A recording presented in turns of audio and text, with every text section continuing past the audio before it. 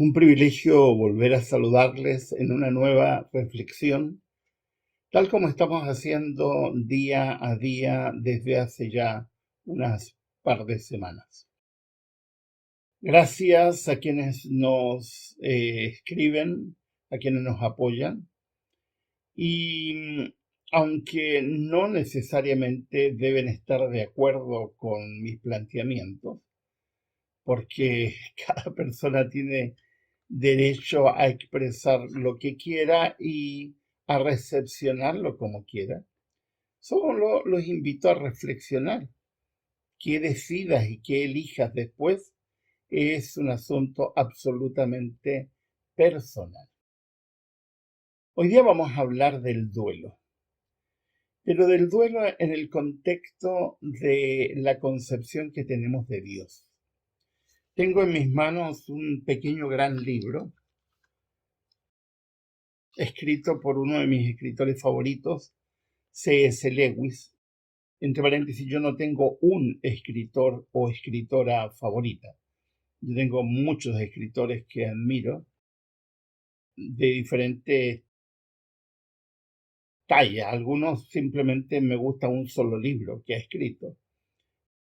Otros admiro su obra. En el caso de Lewis es extraordinario. Es un hombre de esos escritores que no pueden dejar de leerse porque tienen que ser reflexionados, meditados y pareciera que nunca uno deja de aprender cosas de Lewis. Y Lewis, que lamentablemente en el último tiempo ha sido banalizado porque se han hecho películas sobre las crónicas de Narnia, pero destruyendo el concepto de Lewis, porque el libro es otra cosa. Bueno, ¿qué es esto? La pena observada. Lewis, que se casó no muy joven, se encontró de pronto con que su esposa tenía cáncer y acompañó todo el proceso del deterioro físico de su esposa. Y mientras la acompañaba fue escribiendo sus sentimientos, sus emociones. Por eso se llama una pena observada. Es difícil una pena observada. Es difícil ver con dolor cómo alguien amado se va apagando. Este libro yo lo leí en el contexto de la enfermedad y la muerte de mi hermano menor y me hizo muy bien leerlo en ese contexto. Leí muchísimo cuando se enfermó y cuando murió Joel. Leí mucho más después de su muerte porque me vinieron muchos sentimientos posteriores. Dice él en la página 20, no creo que esté en verdadero peligro de dejar de creer en Dios, que es una de las cosas que se planteó en medio del duelo. Y es una cosa que mucha gente viviendo el duelo se lo plantea y es lícito. Algunos dicen, ¡oh, blasfemia! No, nada, no es blasfemia, es simplemente lícito plantearse si en medio del dolor es creíble seguir creyendo en un Dios que no interviene en muchos casos frente al dolor de alguien.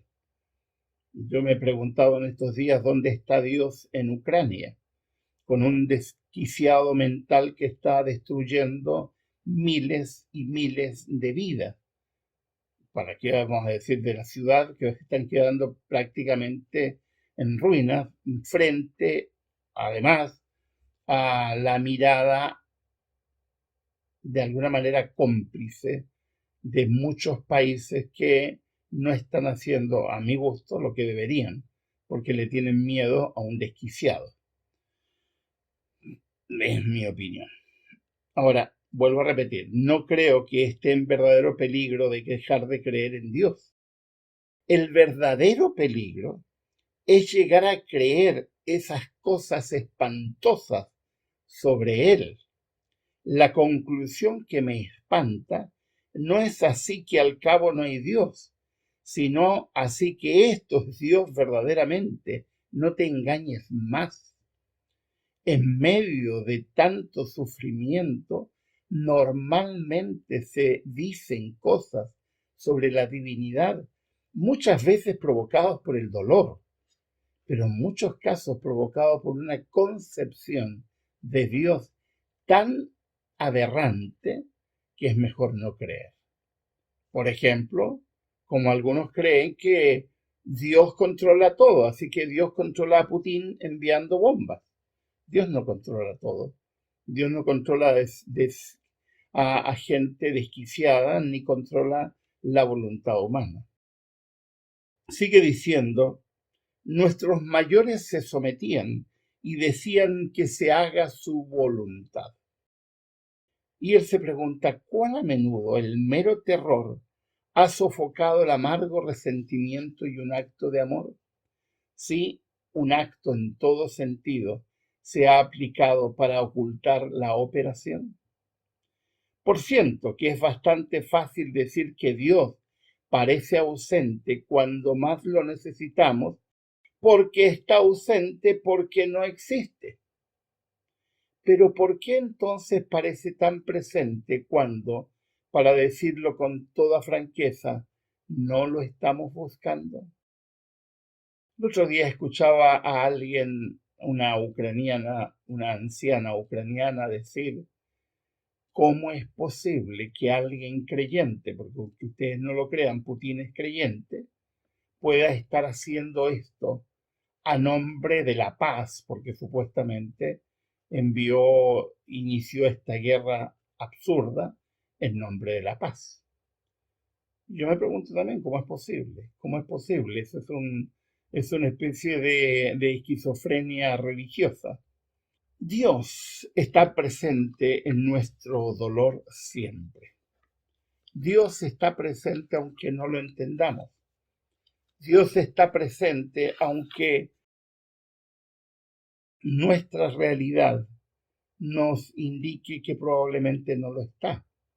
Yo recuerdo las conversaciones que tuve con Joel, especialmente en sus momentos más difíciles. Mi hermano era atleta de nivel olímpico, y probablemente eso hizo que su enfermedad fuera tan cruel, porque el cáncer fue muy lento, porque su cuerpo era un cuerpo excepcional, es decir, un cuerpo extraordinariamente sano. Por lo tanto, cuando llegó el cáncer a la médula, fue avanzando de una manera lenta porque su cuerpo se resistía, luchó definitivamente, y conversamos mucho sobre el dolor, sobre la muerte, sobre la tortura del cáncer, sobre todo lo que le ocasionó a él, que mi hermano quedó sordo, quedó ciego de un ojo, quedó prácticamente paralítico, una persona que era tremendamente vital y hermosa, quedó absolutamente distinto. Mi hermano recuperó su hermosura el día que murió.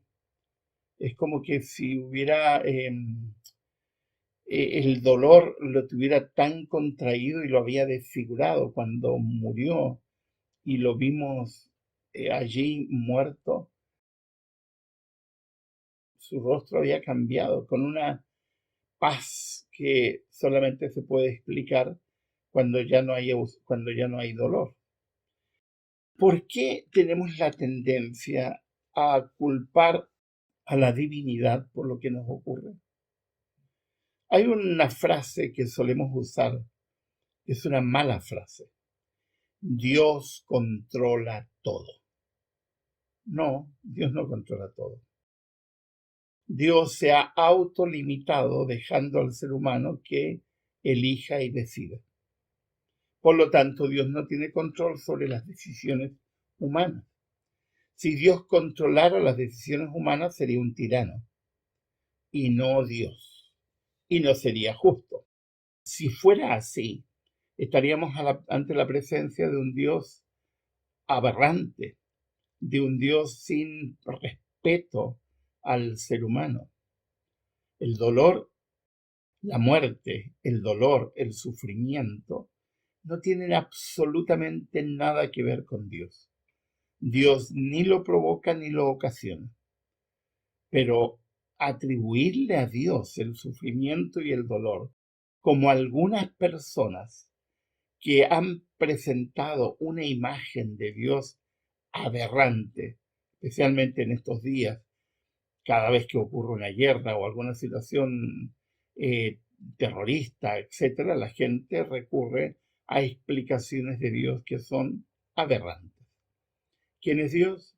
Dios es justo y en su justicia no invalida la voluntad humana. Dios es amor y en su amor no invalida la voluntad humana. Lamentablemente, como los seres humanos solemos ser irrespetuosos con la voluntad humana de otros humanos, entonces creemos que Dios obra de la misma forma, pero no es así. Que Dios les bendiga, que tengan un buen día.